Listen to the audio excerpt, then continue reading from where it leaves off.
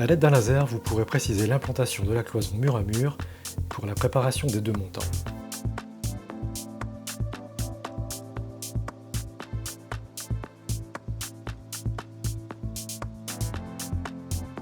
Faites votre report de côte sur le U de rattrapage pour faire les découpes éventuelles ici dans le cas des plaintes.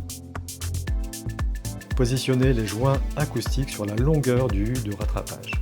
Fixez le U de rattrapage selon la nature du mur.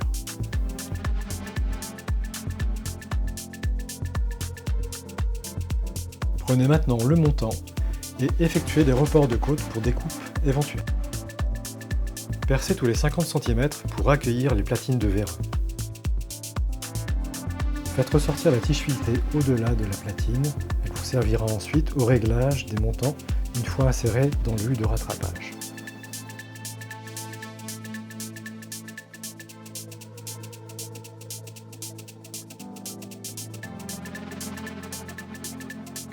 Une fois le montant des deux murs positionné et aligné, il vous est maintenant possible d'effectuer la prise de côte du U de plafond. Mettez à dimension le U de plafond et sur toute sa longueur, positionnez les joints acoustiques. Fixez-le maintenant au plafond, puis venez ensuite effectuer les perçages des traverses hautes pour vérin de réglage.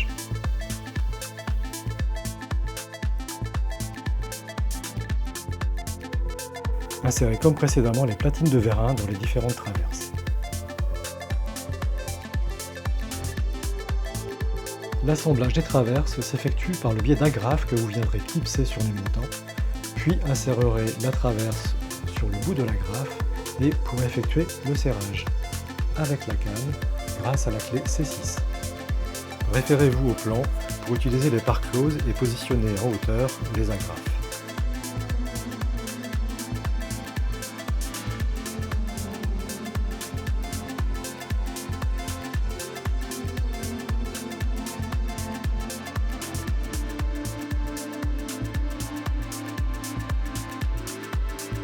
Emboîtez la traverse haute dans le U de rattrapage plafond, puis effectuez son serrage. Poursuivez l'assemblage et le serrage de l'ensemble des traverses, comme sur le plan.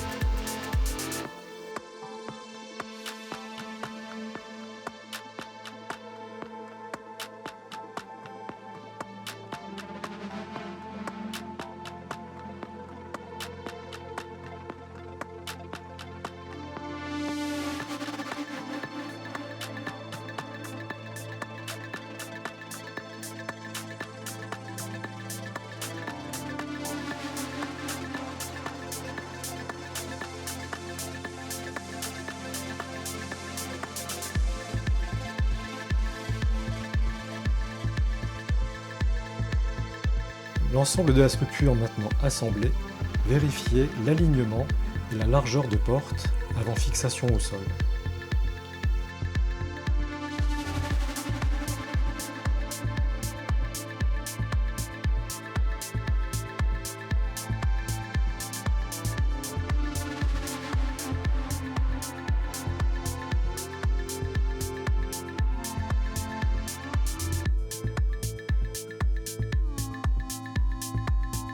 Les traverses hautes peuvent maintenant être réglées.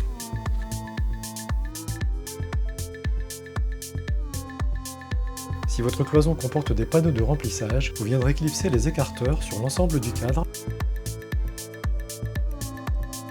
Les cales en bois fournis vous permettront de vous guider pour positionner vos panneaux. Une fois en contact avec les écarteurs, vous pourrez fixer l'ensemble en positionnant les parts closes verticales.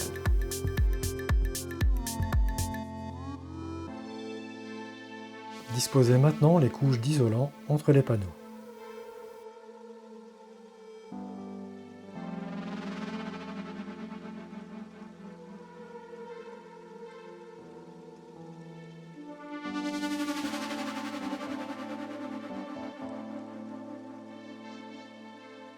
Si votre cloison comporte des parties vitrées, vous pourrez installer l'ensemble des parts closes horizontales et verticales sur une seule face de la cloison. Cette face servira de butée au vitrage lorsque vous viendrez le positionner.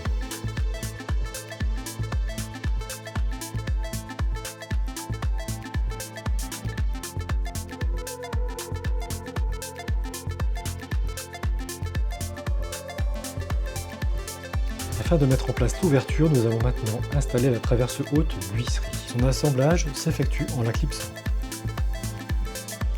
Pensez à installer les contreplaques de pommelle dans le montant d'huisserie.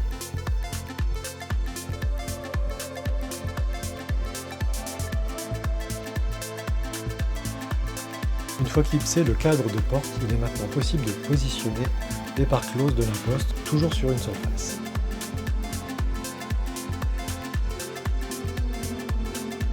Afin de procéder à la pose des vitrages, utilisez les cales en bois. Ici, vous pouvez les superposer deux à deux.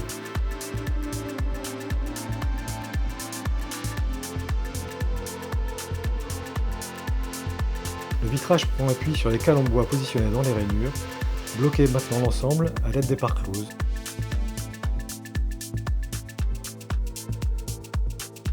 Attention, en cas d'installation d'un double vitrage, n'oubliez pas de nettoyer les faces intérieures des deux vitrages.